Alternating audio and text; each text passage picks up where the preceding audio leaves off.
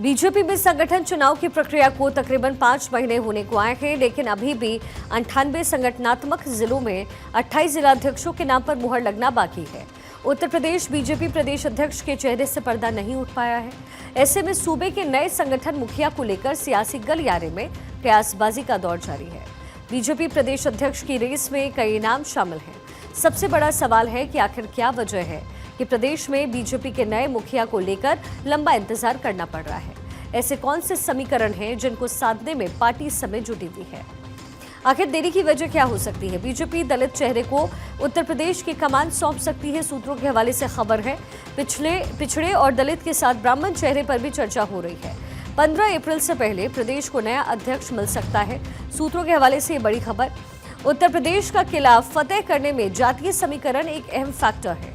2017 हो या 2022 का विधानसभा चुनाव, दोनों बार बीजेपी के ओबीसी चेहरे 2017 में केशव प्रसाद मौर्य, 2022 में स्वतंत्र देव सिंह की अगुवाई में प्रदेश में भगवा लहराया और इसी वजह से पार्टी नए नाम के ऐलान को लेकर के फूंक फूंक कर कदम आगे बढ़ा रही है।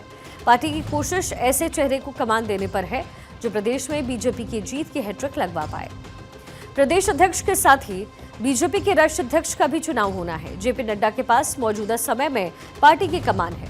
सूत्रों की माने तो बीजेपी के राष्ट्रीय अध्यक्ष प्रदेश अध्यक्ष के नाम पर जातीय समीकरण का तालमेल बिठाना चाहती है। पार्टी की कमान अगर किसी अगड़ी जाति को मिलती है तो उत्तर प्रदेश में दलित या ओबीसी चेहरा प्रदेश अध्यक्ष बन सकता है। वहीं ओबीसी या दलित चेहरे के राष्ट्रीय अध्यक्ष बनने पर उत्तर प्रदेश में ब्राह्मण चेहरे को प्रदेश की कमान दी जा सकती है। प्रदेश अध्यक्ष की रेस में अब कौन कौन आगे है, जरा एक बार ये भी चर्चा कर लेते हैं। दलित चेहरों में पूर्व एमएलसी विद्यासागर सोनकर का नाम सबसे आगे इस समय चल रहा है। कैबिनेट मंत्री धर्मपाल सिंह और पूर्व सांसद रमाशंकर कठेरिया का नाम भी इसके साथ आगे है। इसी के साथ विनोद सोनकर का नाम भी चर्चा का विषय, जबकि पिछड़े चेहरे के तौर पर उत्तर प्रदेश सरकार में जल शक्ति मंत्री स्वतंत्र देव सिंह, प्रदेश महामंत्री अमरपाल मौर्य, केंद्रीय मंत्री बीएल वर्मा, सांसद बाबूराम निषाद का नाम भी शामिल है। अब बात करें ब्राह्मण चेहरे की तो राज्यसभा सदस्य और पूर्व डिप्टी सीएम दिनेश शर्मा, प्रदेश उपाध्यक्ष विजय बहादुर पाठक, महामंत्री गोविंद नारायण शुक्ला के नाम भी चर्चा में है।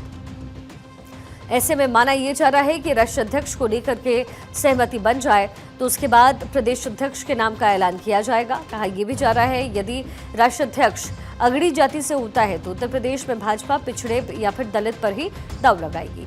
और वैसे भी जिलाध्यक्षों के चुनाव में अगड़ों की संख्या पहले ही ज्यादा हो गई है। यदि राष्ट्रीय अध्यक्ष ओबीसी को बनाया जाता है तो उत्तर प्रदेश में भाजपा किसी ब्राह्मण चेहरे पर भी दांव लगा सकती है। इससे ब्राह्मणों की नाराजगी दूर की जा सकती है। चर्चा ये भी है कि नए प्रदेश अध्यक्ष का ऐलान रामनवमी तक नहीं होता तो फिर 15 अप्रैल के बाद ही होगा। तब तक राष्ट्रीय अध्यक्ष के नाम पर भी सहमति बनाने की उम्मीद, साथ ही खरमास भी खत्म हो जाएगा। और यहां तक बचे हुए 28 जिलाध्यक्षों की बात है तो कहा जा रहा है कि वहां पर सहमति बन गई तो वहां जिला स्तर के ऐलान कर दिए जाएंगे।